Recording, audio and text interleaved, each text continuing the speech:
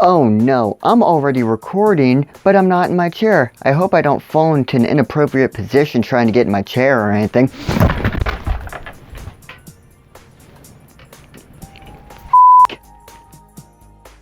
Well, that didn't go the way I expected.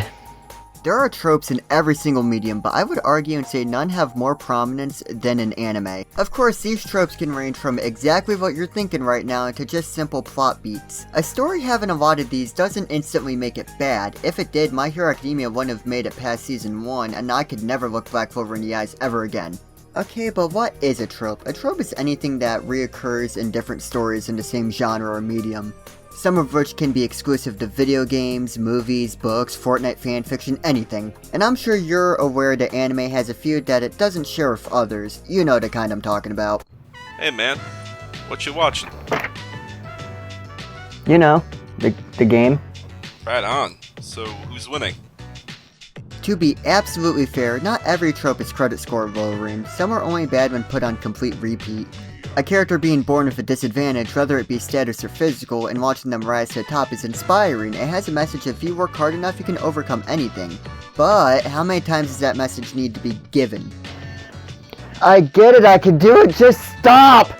While this trope isn't something that will stop me from watching a show, I do roll my eyes when it seems like every show is in a contest to have the main character in the worst place starting off. Deku was born without powers and wants to be a superhero. Worst case scenario, he would have to give up his dreams and work some kind of normal job.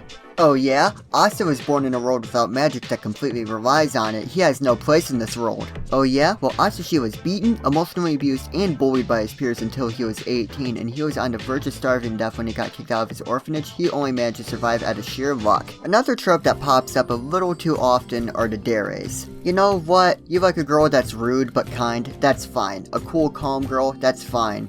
But why is this popular? Yanderes, for whatever reason, exploded after Future Diary released. Now what is a yandere? Basically when a character has so much affection for another character that they will give anyone who may interfere with their relationship a nasty case of stab face. Personally, I always figured this would be a counter to people finding female characters as just cute background characters, but nope, some people even prefer characters like this. Yeah man, that's cool. 1 second. Yeah, is this Mr. Police himself? Probably one of the most disliked tropes in anime is also one of the most prominent tropes. The good old power of friendship. Yeah, wanting to do something for someone you care about can give you a lot more determination, that's fine. I'm completely okay with that being a character's reason to fight, but how can someone awaken some new form of power because the guy who gave them fruit snacks in 2nd grade got body slammed? Yeah, and that's the last time Satan shows up around here. Thanks for fruit snacks, by the way. Ooh, I got Scooby, what the f***? The trope that annoys me the most is a protagonist that's just super young. You know, I get it. Some stories are made for teenagers, and when I was a teen, this was fine. But have you ever met a 15-year-old that was ready to throw hands with God? If they write the character in a way that fits, that's fine. Like Shu Oma from Guilty Crown, I could believe that he's a high schooler for the first half of the show. It's also fine if their childishness is an aspect of the story, like they're too optimistic or they're forced to grow up for one reason or another. But am I really supposed to believe a child has gone from coloring 1 minute to ready to catch a serial killer the next? Of course, not to say that makes a show bad, but it does give a nasty case of. But hey, what's an overly young protagonist without an oddly oversized, overly designed weapon? Or you know, just a katana I guess. It's always one or the other. I know like 4 different weapon names, and anime will only go for a randomizer of weapons and edges, a katana, or farming equipment. Yeah, that's menacing if I'm wheat and all, but why can't we just get a standard broadsword every once in a while? I understand the prominence of katanas at the very least. Japanese culture, Japanese animation, yeah, that's fine, but why is it either this or determined cosplayer's worst nightmare? Or by far, the worst one is when there's suddenly another antagonist after the main one is gone. Of course, this is a big one in shonen. The story feels like it could end or it's approaching its final battle with the last villain and suddenly... Hey, I found like $5 more. We're making the story longer! Woo!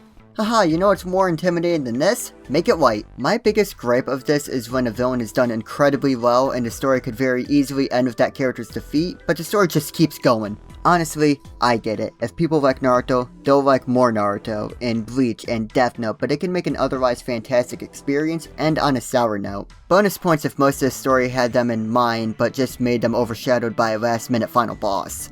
But you're wondering why I didn't even mention harems or love triangles or anything like that. That's because I do have a harem. Listen to these messages. Here's the first one.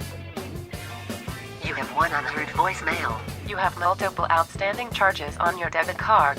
Please confirm that you intend to purchase 300 gallons of milk. That's the second one.